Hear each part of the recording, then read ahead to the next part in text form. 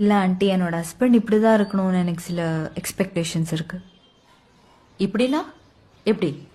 இப்படின்னா ரொம்ப பாசிட்டிவா, கேரிங்கா, எமோஷ்னலா, எமோஷன்ஸை மட்டுமே பெரிய விஷயமா பார்க்குற ஆளை தான் நான் எதிர்பார்த்தேன். ஆனா நான் சொன்ன இந்த விஷயத்துக்கும் உங்க பையனுக்கும் சம்மந்தமே இல்லை ஆண்டி. இந்த சின்ன வயசுல நீ அதை எப்படிம்மா கண்டுபிடிச்ச?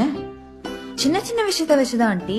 அன்னைக்கு ஒரு நாள் இவருக்கு மெசேஜ் அனுப்பிச்ச, காலையில இருந்து நடந்து நடந்து ஷாப்பிங் பண்ணி காலெல்லாம் ஒரே வலிக்குதுன்னு. அதுக்கு இவர் என்ன தெரியுமா ரிப்ளை அனுப்புறாரு? என்னடா அனுப்புன? ஒமேகா 350 காலையில் ஒன்று நைட் ஒன்று. பாத்தீங்களா?